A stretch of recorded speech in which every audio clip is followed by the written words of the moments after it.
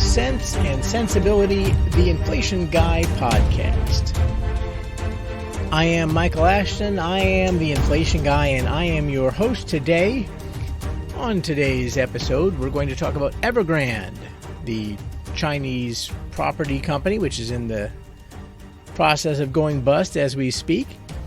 Evergrande and inflation, and why the model matters for connecting those two. But first, before we get into that, I want to spend a moment or two about last week's Consumer Price Index report, which I didn't really think was controversial at the time, but as the days have gone on, it has seemed more and more like there maybe is some controversy. I suppose there's always, whenever there's something that's vaguely confusing about an economic number, you have people on both sides of the argument who take it as proof that their side is right. But for some reason, I was still taken aback or surprised that this time that happened. So as a quick summary, what happened was we got an inflation number, a core inflation number of only 0.1%. So below kind of what the trend was prior to the crisis, and making it look like transitory inflation is the winning argument. Unfortunately, if you dig at all, what you rapidly figure out is that far from being a weak number, it actually in many ways was a strong number. All of that weakness in the main core inflation came from what we used to call the reopening categories, and maybe now they're the reclosing categories. So we had lodging away from home, that's hotels, that fell 2.92% month on month. We had airfares down over 9%. We had used cars down 1.5%, and car and truck rental down 8.5%. Now, back when those figures were spiking higher, folks said that those are the reopening categories, we need to ignore them. But now the people who are calling inflation transitory look at those figures and they say, look, that's proof that it was transitory, they're going back down. But it doesn't make sense to ignore them in one direction, not to ignore them in another. So if you look a little deeper, so I ignored them on both sides, right? So when they were going up like crazy, clearly they affected the headline numbers. They were super surprising, but I always wanted to look at the breadth of what was happening, and I wanted to look at rents, because if you can get rents right, then you're not going to be wrong on the overall core inflation very much. So owner's equivalent rent was up about 0.25% month on month. So that's something around 3%. And primary rents, rent a primary residence, that is if you actually rent your apartment, say, or rent your home, that was 0.31% month on month. So something more closer to 4% year on year. Annualizing that for 12 months, you get something more like 4%. And that was part of what we had been expecting to happen, is this reacceleration in rents. So that definitely happened. And in fact, when you kind of got outside of those reclosing categories, what you found was there were a whole lot of categories that were inflating a little bit faster than before. And so median inflation, the Cleveland Fed reports a median inflation number, which is, because this is what median means, 50% of the categories were inflating slower than this number, and 50% were inflating faster than this number on the month. And that number for the month for Cleveland Fed was 0.33%, which was the highest monthly number since 2007.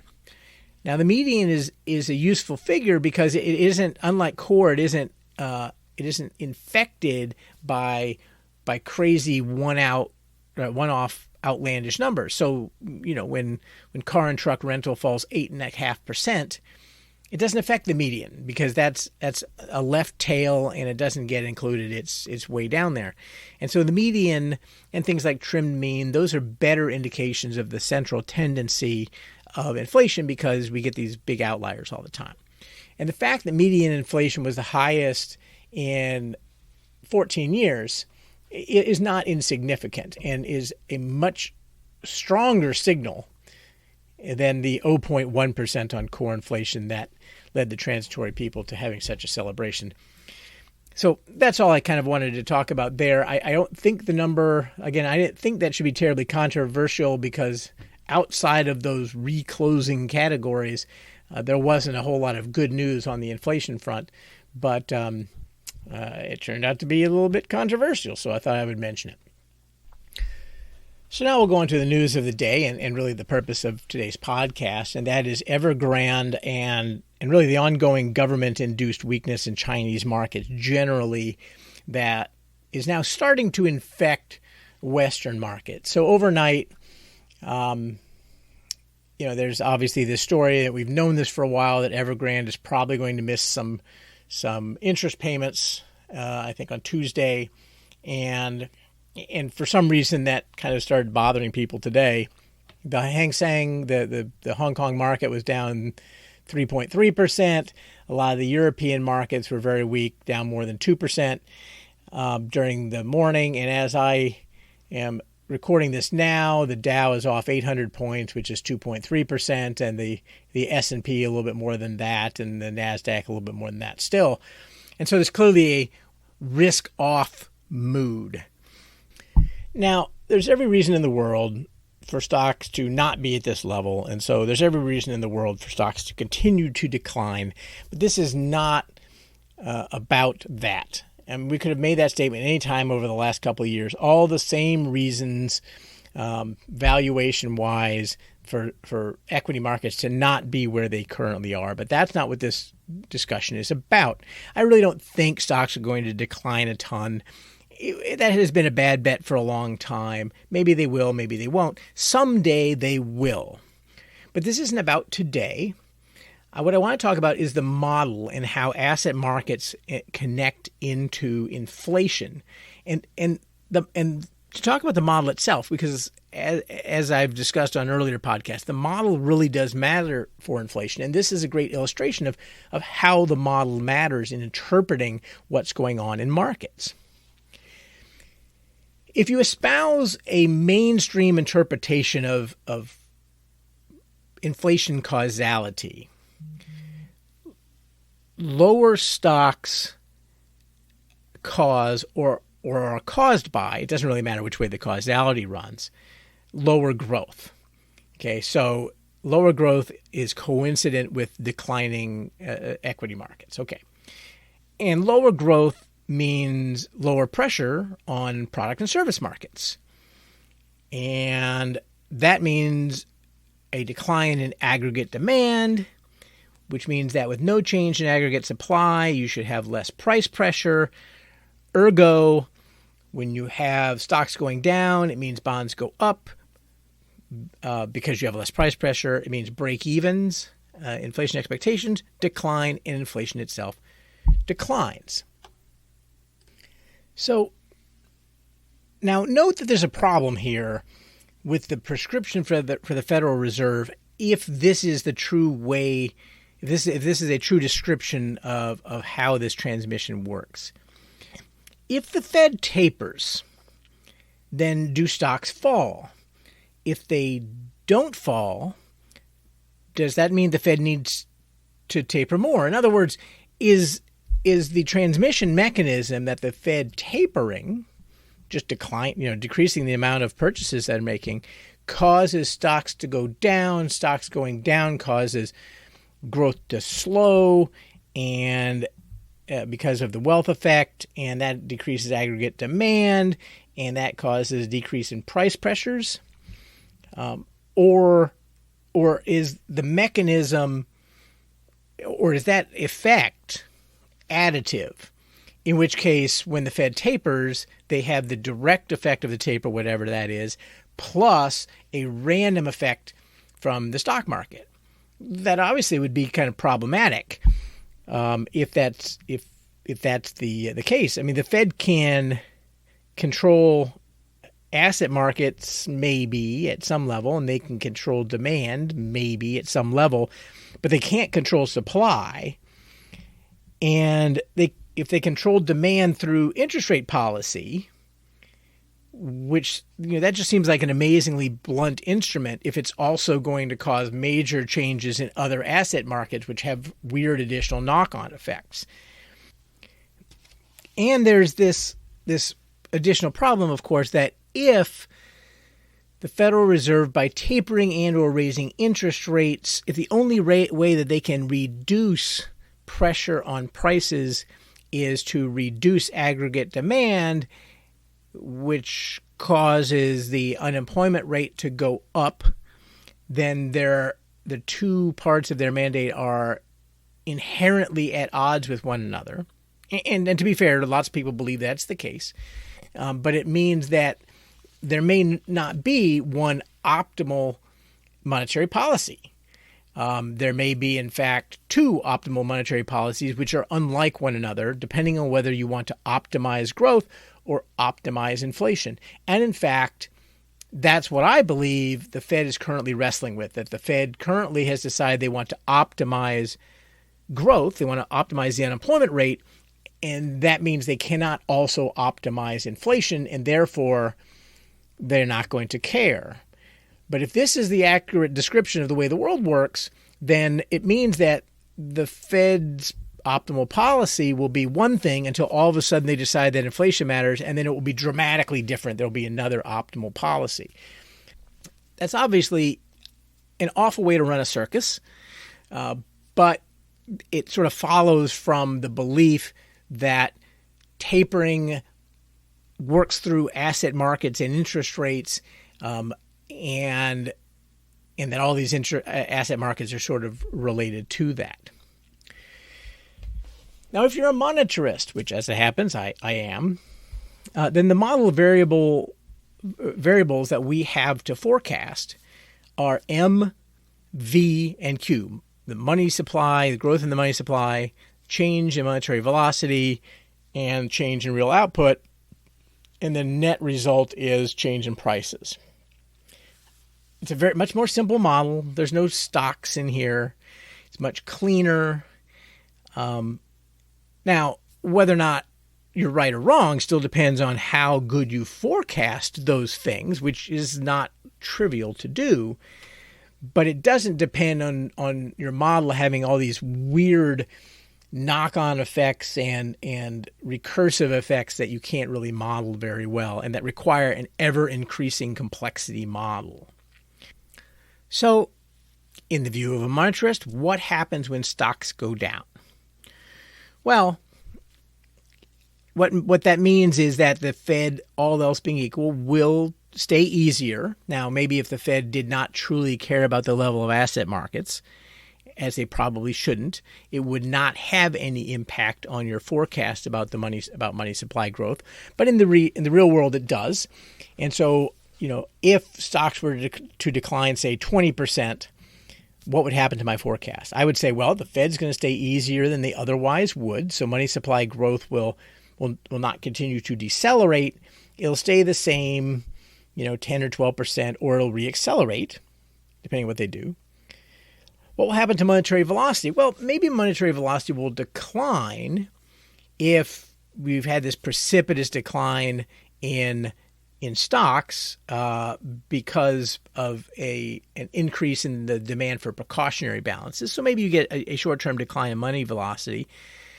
And interest rates will be lower in this sort of scenario than they otherwise would be, and that will tend to dampen velocity, not necessarily to make it go down, but at least keep it from rising as much. So maybe your forecast of velocity in such a case is that it probably doesn't move up as much as we would expect if the Fed really were entering a tapering cycle. And so with the MV side of the equation, we have, money supply no longer decelerating or accelerating, and money velocity stable, maybe even declining a little bit. But you have the left side of the equation not, if anything, maybe being going up a little bit, but certainly probably not changing a whole lot from what the forecast maybe would have been. On the right side of the equation, Q, real growth.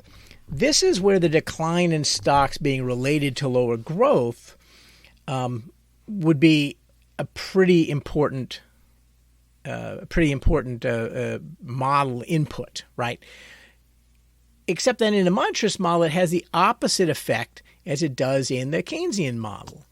So in the first model we discussed, the decline in stocks and the decline in growth means that you have a decline in aggregate demand and prices and price pressures diminish.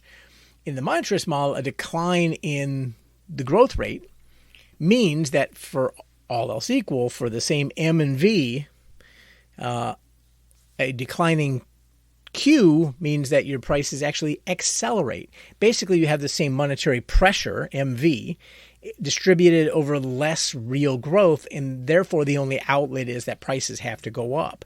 And so that's sort of a strange, counterintuitive conclusion, but at this level, there's a big discrepancy, a big difference between a monetarist model and a Keynesian model when it comes to the effect of declining financial asset prices on and declining growth on inflation.